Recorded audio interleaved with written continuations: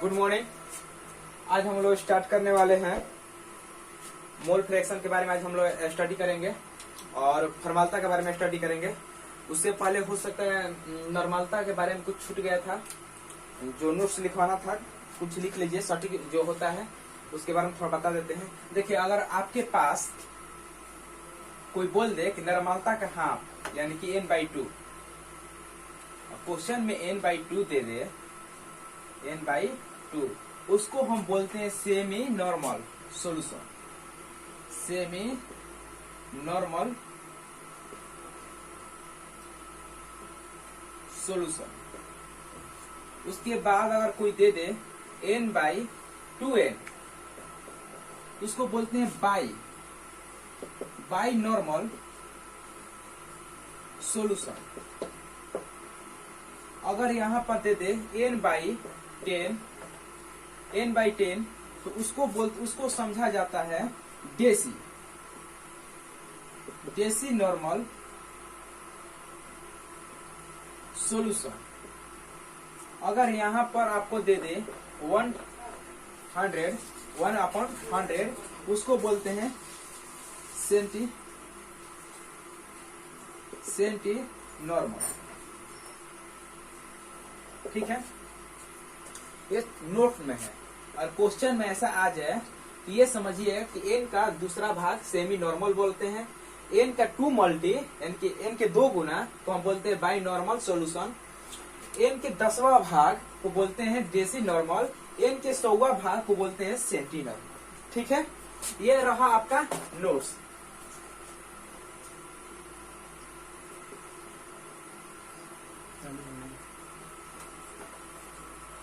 Relation between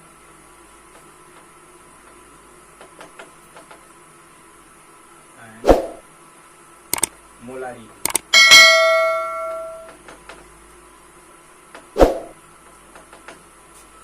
relation between molality और molarity. Relation उसमें क्या है, मोलालिटी और मोलारिटी। अगर मान लीजिए मोलालिटी दे दे और बोल दे कि मोलालिटी दे दे और बोल दे मोलारिटी निकालिए, या मोलारिटी दे दे और बोल दीजिए मोलालिटी निकाल, तब उस कंडीशन में आप क्या कर सकते हैं। देखिए, मोलालिटी जो होता है वो आयतन में होता है, और मोलालिटी जो होता है वो तेजी में होता है, यानी कि द्रव्यमान में होता है। ये दोनों का अंतर मतलब कि बीचों बीच का संबंध जानते महत्वपूर्ण। इसका मतलब कि दोनों को कंबाइंड एक दूसरे से करने में सबसे अहम भूमिका किसका रहता है, घनत्व का रहता है। क्योंकि घनत्व बराबर होता है कि म्यू बराबर होता है द्रव्यमान मास बाई वॉल्यूम, आयतन होता है। यही दोनों के बीच में कंबाइन करने का इसका भूमिका सबसे अधिक रहता है। तो इसका फॉर्मूला, इसको हम रो से डिनोट करते हैं, यानी घनत्व को हम रो से डिनोट करते हैं। ठीक है, तो घनत्व को रो से डिनोट करते हैं, तो उस कंडीशन में आपका फॉर्मूला ये निकलेगा, रो इज इक्वल टू दिया ये क्या है, एमए मोलर मास है, 1000 लीटर आयतन है ये, और ये होगा 1 बाय ये मोलालिटी, और ये हो गया मोलारता। फिर यही फॉर्मूला दूसरे रूप में है, ये ऐसे करते हैं, मोलारता इज इक्वल टू घनत्व 1000 मल्टी मोलालिटी, स्मॉल m है, मोलालिटी मोलर द्रव्यमान मल्टी मोलालिटी प्लस 1000। ये आपका दूसरा फॉर्मूला हो गया। कब, किस कंडीशन में, जब मोलालिटी और मोलारिटी को कन्वर्ट एक दूसरे को करना होगा, तो इस फॉर्मूला के यूज करेंगे। ठीक है, अब रही बात इन दोनों का हो गया। रो बताए ही कि क्या है, घनत्व है। घनत्व इज इक्वल टू होता है दिया गया द्रव्यमान बटा में रो। घनत्व बराबर क्या होता है, दिया गया द्रव्यमान बटा में आयतन। ठीक है, फॉर्मालिटी। अब हम स्टार्ट करने वाले फॉर्मालिटी को बोलते हैं फॉर्मालिटी।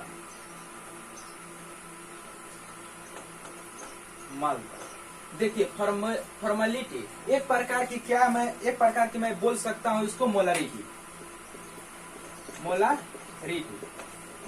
और फॉर्मालिटी दोनों एक चीज है, लेकिन कुछ कंडीशन ऐसी हो जाती है जिसकी वजह से मोलारिटी अलग होता है और फॉर्मालिटी अलग होता है।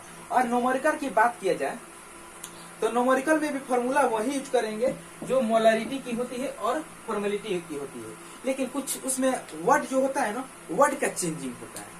काम एक ही जैसा करेगा, लेकिन कुछ वर्ड का प्रॉब्लम होता है। जैसे मान लीजिए जैसे मोलारिटी, ये क्या होगा मोलारिटी यानी कि मोलिक्यूलर कॉम्पाउंड। ये क्या होगा मोलिक्यूलर कॉम्पाउंड, मोलिक्यूलर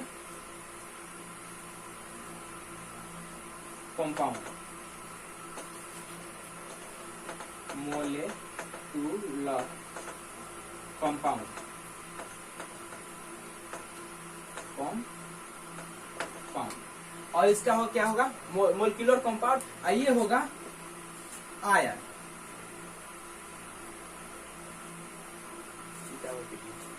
कंपाउंड। और दूसरा क्या होता, दूसरा होता है आयन, आयन आयनिक कंपाउंड, लिख देते हैं आयनिक कंपाउंड, ठीक है। दूसरा होता है आयनिक कंपाउंड और पहला होता है मोलिक्यूलर कंपाउंड। दोनों एक देखिए, मोलिक्यूलर कंपाउंड के लिए होता है मोलरिटी और आयनिक कंपाउंड के लिए होता है फॉर्मेलिटी। अब रही बात कि मोलिक्यूलर कंपाउंड क्या है जी और आयनिक कंपाउंड क्या है, तो देखिए मोलिक्यूलर कंपाउंड जो होता है वो कोवैलेंट और कोऑर्डिनेट बॉन्ड से बना होता है, यानी कि सहसंयोजी और उप सहसंयोजी बॉन्ड से बना होता है। जैसे आप लोग को एग्जांपल दे देते हैं, एथिल अल्कोहल C2H5OH, दूसरा urea NH2CONH2, third example glucose C6H12O6। ये क्या हुआ कि मोलिक्यूलर कंपाउंड एक दूसरे से बंधे हुए, इसको हम बोलते हैं मोलिक्यूलर कंपाउंड। इसमें कैसा कैसा बंध है सहसंयोजी, मतलब इस प्रकार के एग्जांपल में दो प्रकार के बंध हो सकते हैं, सहसंयोजी बंध, उप सहसंयोजी बंध। मान लीजिए हम बात करते हैं एथिल अल्कोहल की, तो एथिल अल्कोहल का अगर स्ट्रक्चर की बात किया जाए तो CCHHH, कितने H है जी 5 H है, तो एक H यहाँ, एक H यहाँ और एक H यहाँ, एक H यहाँ और एक H यहाँ, देखिए 5 H हो गया। उसके बाद OH ऐड हुआ है O और H, उसके बाद देखिए 5 H हो गया, 5 H एक 6 H, 5 एक 6 O एक और कार्बन 2 स्ट्रक्चर हुआ, मतलब कि एक दूसरे से ये बॉन्ड बनाया हुआ है।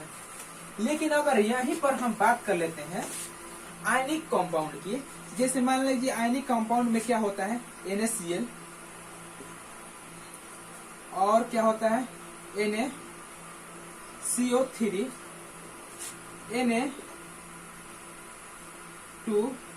Na2SO4 CO3, Na2CO3, NaOH, NaOH, ये क्या होता है कि आयनिक कंपाउंड। देखिए अब इसमें और इसमें डिफरेंस क्या है जी, डिफरेंस यही है कि ये है सॉल्वेंट, मान लीजिए कि ये है सॉल्वेंट, जैसे ही सोल्यूट, ये है सोल्यूट यानी कि बिलियन को जैसे, अरे एक मिनट कंफ्यूज, ये आपका बिले है यानी कि सोल्यूट है, मैं थोड़ा कंफ्यूज हो गया था।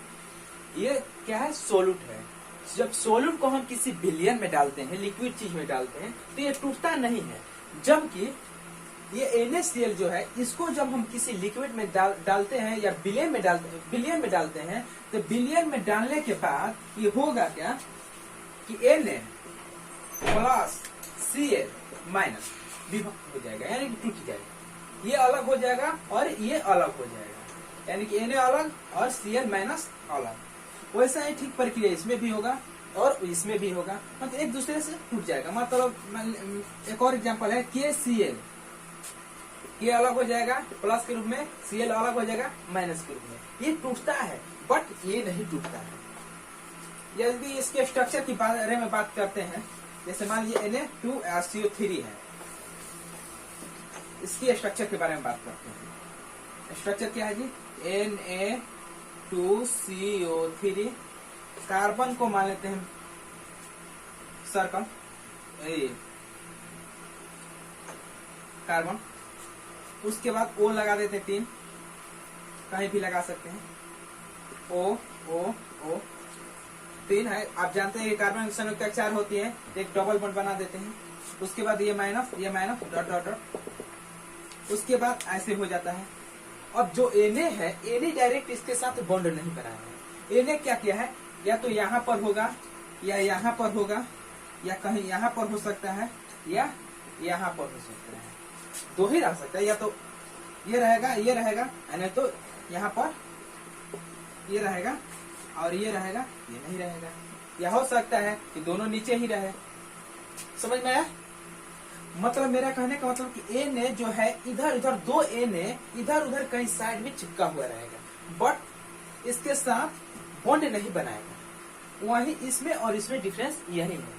यही वजह है कि जब हम इसको सॉल्वेंट में सॉल्यूशन में जब इस सॉल्यूशन को सॉल्वेंट के साथ सोलूट के रूप में डालते हैं तो क्या होता है कि ये विभक्त हो जाता है, और ये विभक्त नहीं होता है तो इसकी क्या होती है मोलर मास, और इसकी मोल निकल सकती है जबकि इसकी मोल नहीं निकल सकती।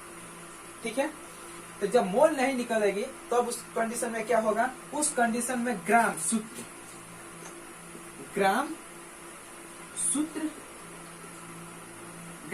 का प्रयोग किया जाएगा। मतलब ग्राम सूत्र कब प्रयोग किया जाएगा मोल के बदले में ग्राम सूत्र का प्रयोग किया जाएगा। ठीक है, और हाँ, जैसे इसकी डिफिनेशन के बारे में बात कर लेते हैं। अब फॉर्मेलिटी की डिफिनेशन के बारे में बात कर लेते हैं। इसकी डिफिनेशन ये थी कि किसी बिलियन के आयतन लीटर में उपस्थित विलेय के मोलों की संख्या को मोलरिटी कहते हैं। ठीक उसी तरह फॉर्मलता का डिफिनेशन ये होगा कि किसी बिलियन के आयतन लीटर में उपस्थित विलेय के ग्राम सूत्र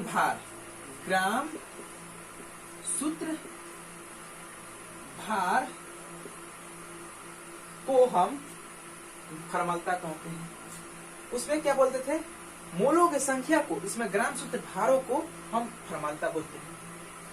यानी कि किसी बिलियन का आयतन लीटर में उपस्थित ग्राम सूत्र भारों की संख्या को हम फॉर्मलता बोलते हैं।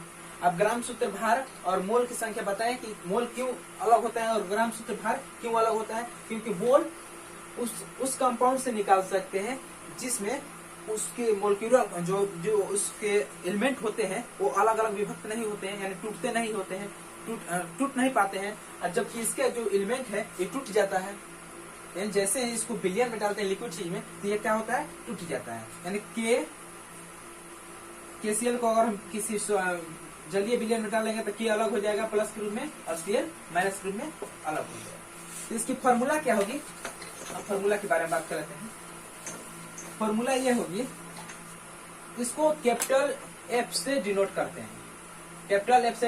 हैं। इसकी फॉर्मूला होगी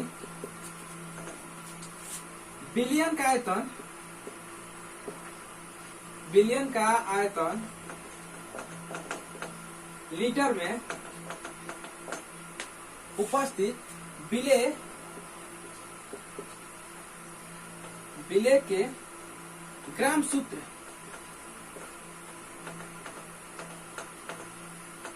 भारों की संख्या,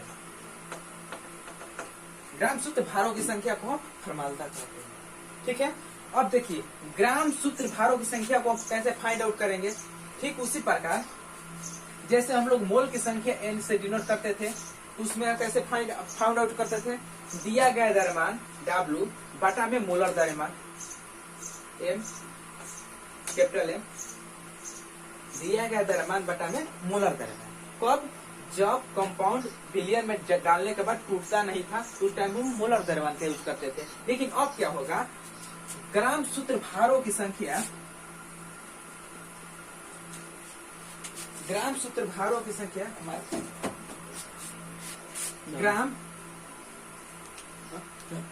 ग्राम सूत्र भार इज इक्वल टू होगा दिया गया द्रव्यमान यानी कि W, दिया गया द्रव्यमान लिखिए देते हैं।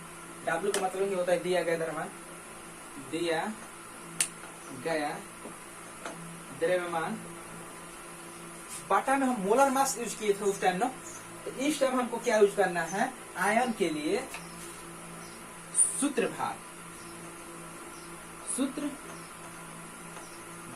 क्यों सूत्र भार यूज करेंगे, क्योंकि बिलियन में जैसे विलेय को डालते हैं तो आयन के रूप में विभक्त हो जाते हैं, यानी कि प्लस वाला, जैसे मान लीजिए के प्लस अलग हो जाता है और Cl माइनस अलग हो जाता है। और जो कि सोल्यूशन से पहले क्या था, किस रूप में था, KCl एक कंपाउंड के रूप में था, एक कंपाउंड के रूप में था। लेकिन जैसे ही विलयन में डाले तो क्या हो गया, आयन के रूप में विभक्त हो गया।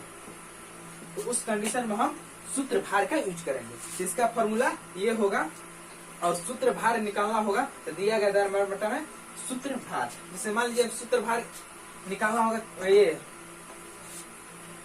KCl का। तो KCl का हम कैसे निकालेंगे, पोटेशियम कितना होता है, पोटेशियम को होता है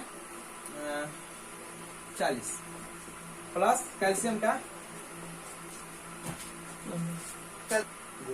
हाँ देखिए ये दिखाई नहीं देता होगा, मिटा देते हैं, फिर से कर रहे हैं। हमको क्या निकालना है, KCl का सूत्र भार निकालना। तो मान लीजिए पोटेशियम को होता है आपका 39 और क्लोरीन का होता है 35। तो दोनों का ऐड करने के बाद मुझे मिलेगा 74। इसका सूत्र भार निकालिए 74। अब कितना दिया गया द्रव्यमान हो, अब उसे डिवाइड कर देंगे, मेरा ग्राम सूत्र भार निकल जाएगा। ठीक है, सिंबल के रूप में जब देखेंगे तो क्या दिया है, ग्राम सूत्र भारों की संख्या, तो उसको हम किससे डिनोट करते थे, ग्राम सूत्र भारों की संख्या, और आयतन होता है मान लीजिए V होता है। अब ग्राम सूत्र भारों की संख्या को हम डिनोट करेंगे W से, W से भी कर सकते हैं। तो उस कंडीशन क्या होगा, फॉर्मूला बराबर ये होगा फॉर्मूला। ठीक है, और लीटर में दे दे, अगर लीटर में दे दे हाँ, तो वहां पर दिया गया द्रव्यमान W से डिनोट करते थे। और सूत्र भार को हम किससे डिनोट करेंगे, सूत्र भार को मोलर मास यानी कि MA से डिनोट करेंगे। देखिए वही बात होगा, उस टाइम हम क्या, उसको मतलब नाम केवल हिंदी नाम में चेंजिंग है, सूत्र भार, और उस टाइम क्या यूज कर रहे थे, मोलर द्रव्यमान। सूत्र भार और मोलर भार एक ही है, सूत्र भार और मोलर भार एक है, इसलिए हम इसको MA से ही डिनोट करेंगे। ठीक है, उसके बाद मल्टी क्या होता था, V से यानी कि आयतन से। इन केस लीटर में, अगर लीटर ना होकर यहाँ पर मिलीलीटर हो, ml हो, तो 1000 से मल्टी कर दें। यानी फॉर्मूला का फॉर्मूला क्या आया, ठीक से लिख देते हैं यहाँ पर। फॉर्मूला का फॉर्मूला आया F = W multi 1000 by MA multi V। ठीक वही फॉर्मूला हुआ, लेकिन कहाँ अंतर है, यहाँ पर अंतर है। ठीक है, अगला टॉपिक हम लोग कवर करने वाले मोल प्रभाज मोल अंश, इसको इंग्लिश बोलते हैं मोल फ्रैक्शन। मोल फ्रैक्शन का मतलब ये हुआ, मान लीजिए कोई पात्र है, उस पात्र में दो प्रकार का अवयवी लिए। हम अभी शुरू फर्स्ट चैप्टर के स्टार्टिंग में हम बता चुके थे कि द्विअंगी विलयन के बारे में बात करेंगे, दो घटक दो अवयवी के बारे में बात करेंगे। ठीक है, तो एक अवयवी का नाम दे दिए A, दूसरी अवयवी का नाम दे दिए B। यानी कि मान लीजिए कि सोल्यूट है A, सॉल्वेंट है B। इसकी मोल संख्या A है और इसकी मोल संख्या NB है। जब दोनों को किसी विलयन में घोलेंगे तो इस विलयन की जो मोल अंश होगी N + NB, मोलक संख्या N + NB होगी। सॉल्यूट और सॉल्वेंट के दोनों को मिलाकर मोल की संख्या होगी। अब दूसरी बात हम क्या करेंगे, अब बात आते हैं मोल प्रभाज पर। तो मोल प्रभाज की डिफिनेशन ये होती है कि किसी अवयवी के मोल संख्या, किसी अवयवी के मोल संख्या एवं उस विलयन में उपस्थित कुल मोलों की संख्या के अनुपात को मोल प्रभाज कहते हैं। फिर से सुनिए, किसी अवयवी के मोल संख्या एवं उनमें उपस्थित कुल मोलों की संख्या के अनुपात को मोल प्रभाज कहते हैं। अब किसी अवयवी का, मान लीजिए किसी अवयवी में A भी हो सकता है, किसी अवयवी में NB भी हो सकता है, तो मोल प्रभाज को हम X से डिनोट करते हैं। यदि हम, अब इसको मिटा दें, यदि हम XA मतलब A के मोल प्रभाज निकाल रहे हैं, A के मोल प्रभाज के बारे में बात करते हैं, तो A की मोल संख्या क्या थी, Na, और उनमें उपस्थित कुल मोलों की संख्या क्या थी, Na + NB। इसकी संख्या हो गया, एक कोष्ठ हटा देते हैं, यानी कि मोल प्रभाज A का मोल प्रभाज क्या होगा, Na बटा में Na + NB। इसी प्रकार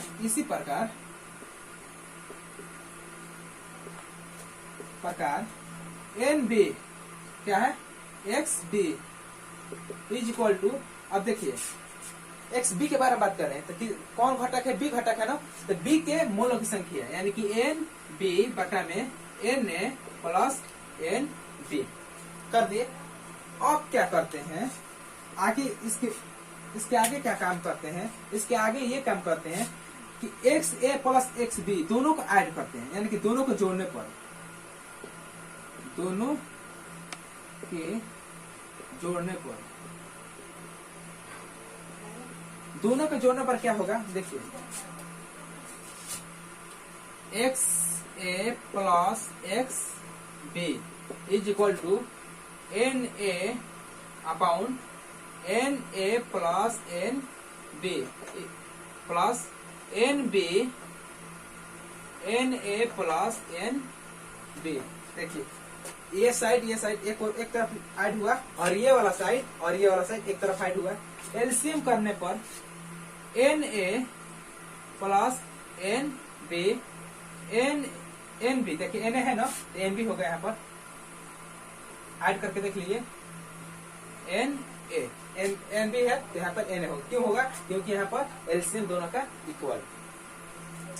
तो देखिए, ये वाला दोनों कट जाएगा, कटने के बाद यहाँ पर बचा हुआ, अर्थात X A plus X B is equal to 1।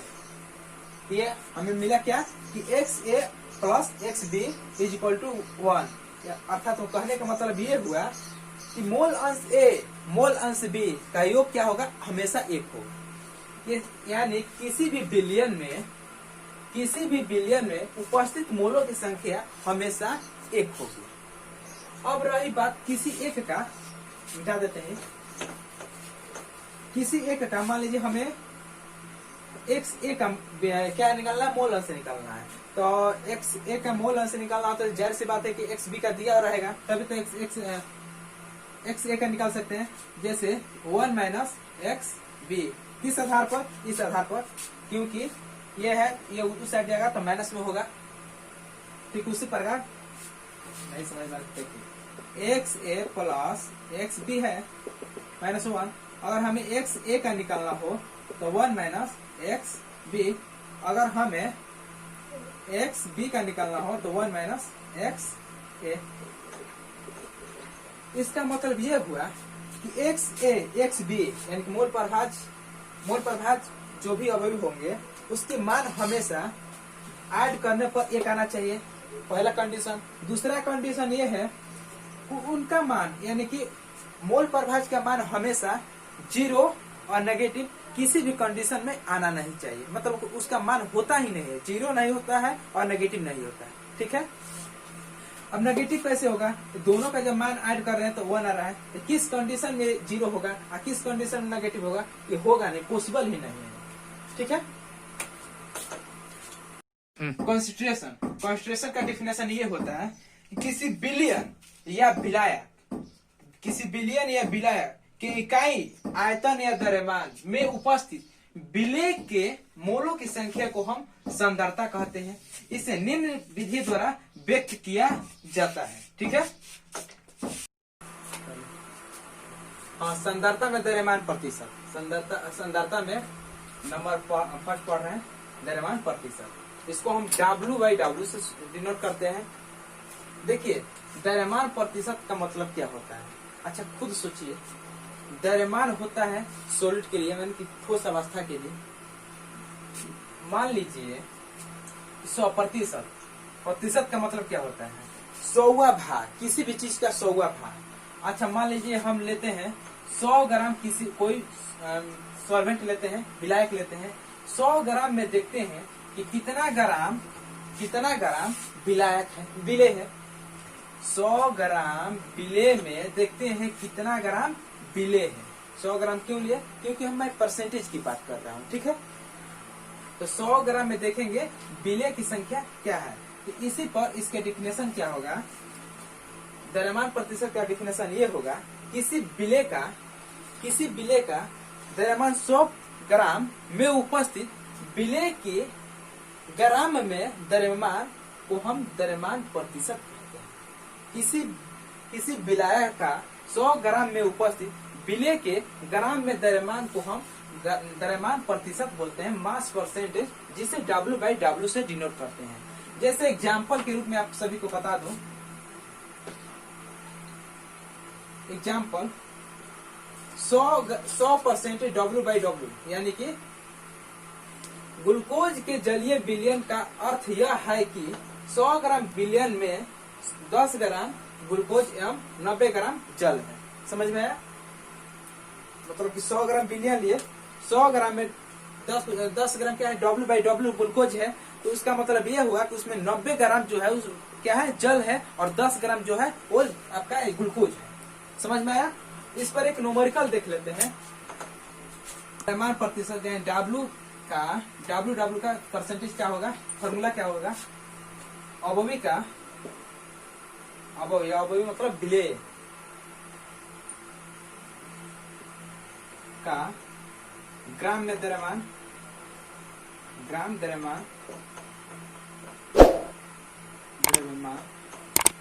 में विलयन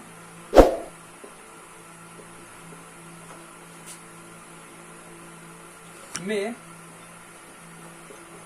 कुल द्रव्यमान, विलयन के द्रव्यमान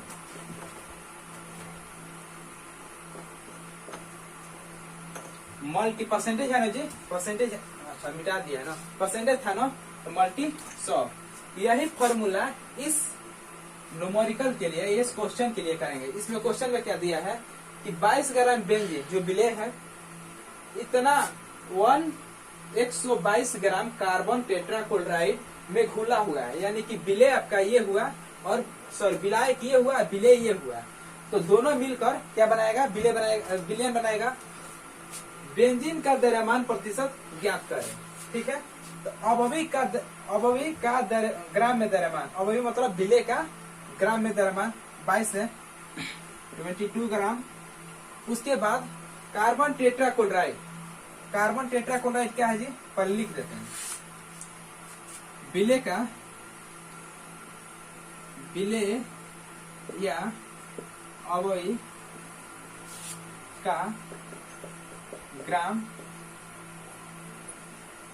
द्रव्यमान इज इक्वल टू 22 ग्राम। उसके बाद कार्बन टेट्राक्लोराइड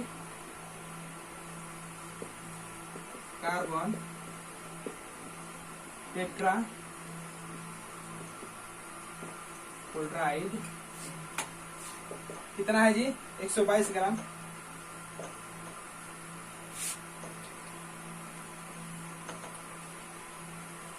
उसके बाद क्या है, द्रव्यमान प्रतिशत फाइंड आउट करना है। तो द्रव्यमान प्रतिशत फाइंड आउट करने से पहले ये देख ले कि विलयन का कुल द्रव्यमान कितना हुआ। तो 22 और 122, 100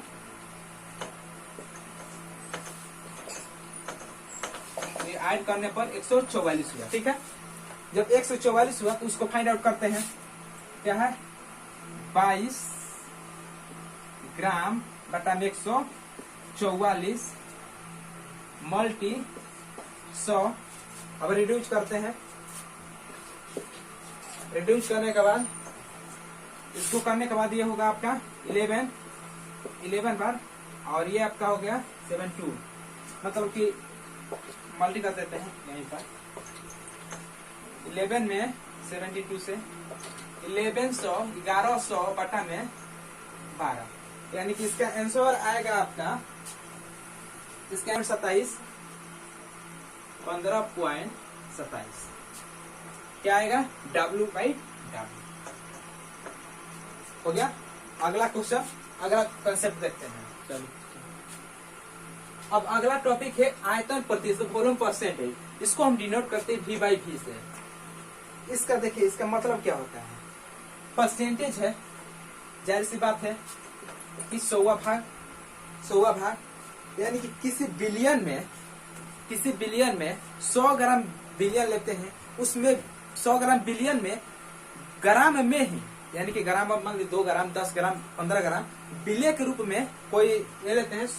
कोई मतलब कि ये हो गया आपका, मान लीजिए कोई ये हो गया, पात्र हो गया, पात्र में 100 ग्राम क्या लिए हैं, बिलियन है। उस बिलियन में उपस्थित ग्राम में विलेय हो, विलेय की मात्रा क्या हो, ग्राम में हो, तो जब ग्राम में मात्रा होती है उस कंडीशन में आयतन प्रतिशत बोला जाता है।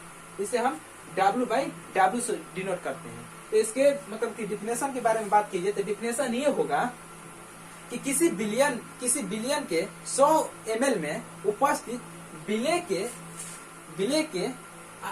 के आयतन ml में उपस्थित हो, विलेय का आयतन ml में उपस्थित हो, उसे हम आयतन प्रतिशत बोलते हैं। ठीक है, इसका मतलब ये हुआ कि 35 ग्राम V/V इथेनॉल का मतलब ये होगा, मतलब किसी भी कोई बिलियन है उसमें 35 ग्राम क्या है, इथेनॉल है, इथेनॉल प्लस वाटर है, उसमें 35 ग्राम जो है इथेनॉल है, अब बाकी जो 65 ग्राम जो बचा वो क्या है, जल है। समझ में आया? फिर से समझिए, कोई मैं बिलियन लिया जिसमें क्या किया कि 35 ग्राम इथेनॉल डाल दिए, उसके बाद जब 35 ग्राम इथेनॉल हो गया तो सिंपल सी बात है कि 65 ग्राम क्या होगा, जल होगा, तभी तो जाकर 100 ग्राम का क्या होगा, बिलियन बनेगा। और इसकी जो यह होगा सूत्र क्या होगा, V/V यानी कि आयतन प्रतिशत इज इक्वल टू बिलियन का कुल आयतन, बिलियन का आयतन बिलियन का आयतन लीटर में, बिलियन का आयतन ग्राम में, ml में ही होगा, क्योंकि लीटर में होगा तो वो 1000 हो जाता है ना, तो ये क्या होगा, 100 ml की ही बात हो रही है। बिलियन का आयतन, बिलियन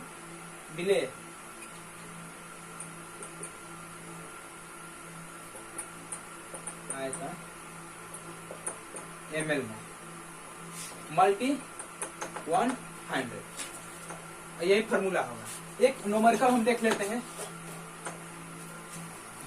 तो ये क्वेश्चन है, इस क्वेश्चन में है कि 40 ml 40 ml एथेनॉल है, 120 ml जल है, दोनों घुली हुई है, घुलकर एक सोल्यूशन बनाया हुआ है, उसमें बताना है कि आयतन प्रतिशत क्या होगी, यानी कि एथेनॉल के आयतन प्रतिशत क्या होगी। तो सबसे पहले हम देखेंगे एथेनॉल की मात्रा क्या है, एथेनॉल है कितना, 40 ml, उसके बाद जल क्या है, वाटर क्या है 120 ml, उसके बाद सॉल्यूशन क्या होगा, जब दोनों का ऐड करेंगे तो सॉल्यूशन होगा मेरा 160 ml। अब क्या होगा, आयतन प्रतिशत फाइंड आउट करना है ना, तो लिख देते हैं V/V is equal to ethanol का करना है तो एथेनॉल ऊपर रहेगा, अब पूरा सॉल्यूशन क्या है 160, और मल्टी कितना परसेंटेज निकाल रहे हैं तो मल्टी 100 से करेंगे गया, उसके बाद ये 1/4 और 1/4, एक मिनट ऐसे नहीं, बाई 160 इजी कटा देते हैं, हुआ देखिए 1 0 से 1 0 गया, 1/4 क्या हुआ 25, यानी कि इसका परसेंटेज क्या है 25। एथेनॉल की मात्रा क्या है, उस बिलियन में 25% एथेनॉल है। समझ में आया? थर्ड नंबर, वो सेकंड था, ये थर्ड नंबर, द्रव्यमान आयतन प्रतिशत। ठीक है, इसका मतलब ये होता है कि द्रव्यमान आयतन प्रतिशत का मतलब ये होता है कि मान लीजिए कोई बिलियन है, बिलियन में सबसे अधिक मात्रा में आयतन लिक्विड चीज है, यानी कि लिक्विड कुछ भी जल हो सकता है, ऑयल हो सकता है, कुछ भी हो सकता है, लिक्विड कुछ भी लेना है। उस लिक्विड में मैंने क्या किया, सॉलिड पदार्थ ऐड किया, सॉलिड पदार्थ ग्राम में ही ऐड होगा। लिक्विड में मान लीजिए हम कुछ जल को ही लिए, जलीय बिलियन हम 100 ग्राम लेते हैं, 100 ml लेते हैं। ठीक है, उसमें मैंने क्या किया कि 5 ग्राम यूरिया डाल दिया, तो 5 ग्राम जो यूरिया डाले उस कंडीशन में क्या निकालेंगे कि द्रव्यमान आयतन प्रतिशत, ना कि द्रव्यमान प्रतिशत और ना कि आयतन प्रतिशत, दोनों साथ में निकालेंगे, क्योंकि दोनों काम साथ साथ हो रही है, क्योंकि ये लिक्विड और सॉलिड दोनों स्टेट क्या हो रही है कि अलग अलग है, जो साथ प्रक्रिया कर रहे हैं, इसलिए हम द्रव्यमान आयतन प्रतिशत का यूज करेंगे। इसका फॉर्मूला होगा W/V इज इक्वल टू क्या होगा, अवयवी या बिले, बिले लिख देते हैं। बिले, बिले किस चीज में, द्रव्यमान में है ना, बिले ग्राम में द्रव्यमान, द्रव्यमान बटा में बिलियन, बिलियन का आयतन। ठीक है, इसका फॉर्मूला ये हुआ। इसी पर एक न्यूमेरिकल कर देते हैं।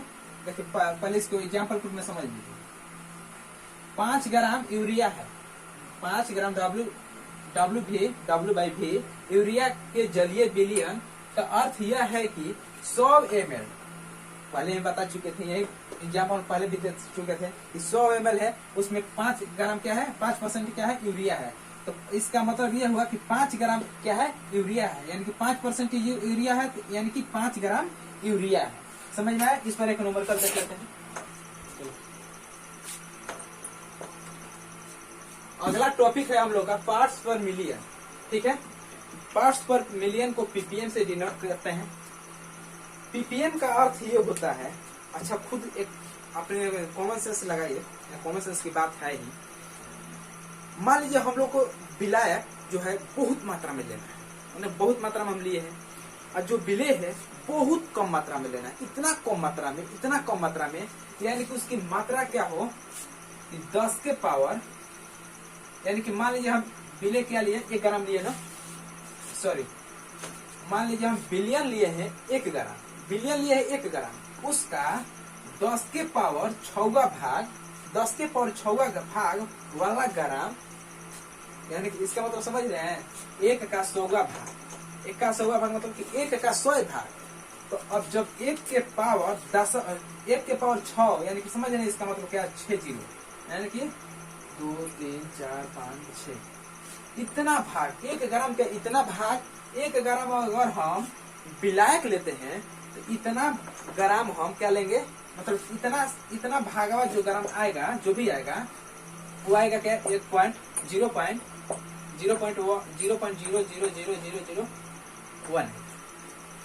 अगर 1 ग्राम हम विलायक लिए या बिलियन लिए, उसमें विलेय की मात्रा अगर इतना डालेंगे, उस कंडीशन में हम पीपीएम का यूज करते हैं।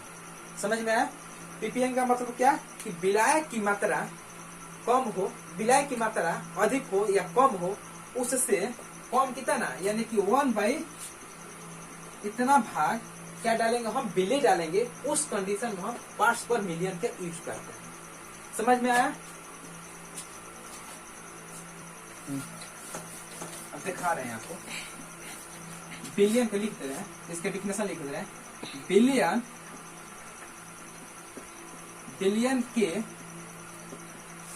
10 के पावर 6 भाग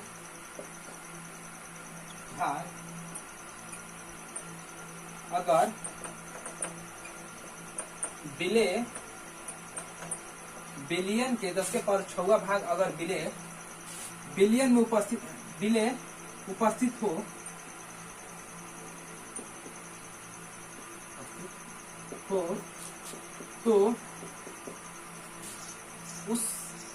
तो हम ये पीपीएम का, पार्ट्स पर मिलियन पीपीएम का प्रयोग करते हैं, ठीक है। जैसे मैं यहीं पर बता दूं आप लोगों को, जैसे हम लोग एयर देखते हैं, धुआं, उसमें सबसे अधिक क्या होता है, गैस, इतना मात्रा में होता है गैस, बहुत मात्रा में होता है गैस। समझ रहे हैं ना? यानी कि गैस का मोल की संख्या, जो भी गैस है उसमें, वायु में जितना भी गैस है, उस सबका मोल की संख्या वो कंपेयर किया जाए सॉलिड, मतलब धुआं का जो कण होता है, कण क्या होता है, सॉलिड फॉर्म में होता है, गैस क्या होता है, वो गैस फॉर्म में होता है, यानी कि उस धुआं क्या होता है, गैस फॉर्म में होता है। उसी में बहुत कम मात्रा में, यानी कि पीपीएम में ही 10 के पावर 6 करके मात्रा में उसमें कण अवेलेबल होता है, जो ब्लैक होता है ना, वो कण अवेलेबल होता है। उस कंडीशन में हम पीपीएम का यूज कर सकते हैं। ये एग्जांपल है उसका बेटा, कि गैस की मात्रा ज्यादा है और जो धुआं की जो कण, ब्लैक वाली कण होती है, उसकी मात्रा जो होती है कम होती है, इतना कम होती है कि 10 के पावर 6 से कंपेयर हो सकती है। एग्जाम्पल के रूप में उसको हम रख सकते हैं। ठीक है, आगे चलते हैं। हाँ, अब कुछ अनुप्रयोग इसका पीपीएम का अनुप्रयोग देख रहे हैं, ठीक है ना। अनुप्रयोग और पीपीएम, पीपीएम का अनुप्रयोग है, लिखने के लिए दे दिए हैं। ऐसे तो मेरा नोट्स अवेलेबल हो जाएगा और मोबाइल नंबर दे ही चुके हैं 9304 04013184 मोबाइल नंबर है, जो व्हाट्सएप नंबर है। व्हाट्सएप नंबर के थ्रू मैं नोट्स अवेलेबल करा दूंगा। देखिए, जल की जो कठोरता होती है ना, जल की कठोरता में घुली हुई कैल्शियम, मैग्नीशियम के बाइकार्बोनेट सल्फेट एवं क्लोराइड लवण के कारण होती है। घुली हुई, मैंने देखिए क्या लिखा है, जल की कठोरता को पीपीएम में व्यक्त किया जाता है। जल की कठोरता को पीपीएम में व्यक्त किया जाता है, कठोर होता है, लेकिन कठोरता जल में घुली हुई कैल्शियम एवं मैग्नीशियम के बाइकार्बोनेट सल्फेट एवं क्लोराइड लवण के कारण होती। समझ में आया? अब हम लोग अनुप्रयोग पढ़ चुके हैं, ठीक है। मैं पूरा नोट्स अवेलेबल कराने के बाद बोल दिया कि मोबाइल नंबर कांटेक्ट करके व्हाट्सएप के थ्रू पूरा नोट्स अवेलेबल ले सकते हैं आप लोग। मैं सब चीजें नोट्स अवेलेबल करा दूंगा। और रही बात 11th क्लास की, जो भी बच्चे निकले हुए हैं, 10th का एग्जाम रिजल्ट भी आ चुका है, तो रिजल्ट आने के बाद वो लोग घर पर बैठ कर क्या करेंगे, इसीलिए मैं सोचा कि मैं केमिस्ट्री का बेसिक क्लास स्टार्ट करूँ उन लोग के लिए। और केमिस्ट्री के बेसिक क्लास में बस उन लोग को ऐसा चीज पढ़ाया जाएगा तो ताकि उन लोग के लिए कभी कुछ केमिस्ट्री में प्रॉब्लम ना आए। जैसे अभी फिलहाल में पढ़ा रहे हैं केमिस्ट्री का बेसिक, यानी केमिस्ट्री के जनक से लेकर केमिस्ट्री की उत्पत्ति से लेकर वहां से वीडियो स्टार्ट करेंगे। तो उन लोग का chemistry basic class lecture 1 lecture 2 करके आएगा और लगभग उन लोग का 1 मंथ का क्लास चलेगा। तो जो भी अगर 10th क्लास एग्जाम पास किए हैं और उन लोग का साइंस लेने का मन है, बायो मैथ्स तो और केमिस्ट्री से जो भी है, तो उन लोग से बता दीजिएगा कि Rahul sir basic chemistry start करने वाले हैं। इसमें पार्ट 1 लेक्चर 1 लेक्चर 2 लेक्चर 3 करके आएगा, लेकिन उसके आगे लिखा रहेगा बेसिक केमिस्ट्री। जैसे इसके आगे इस चैप्टर के आगे लिखा रहता है सॉल्यूशन, उन लोग के चैप्टर के आगे लिखा रहेगा बेसिक केमिस्ट्री। ठीक है, बाय।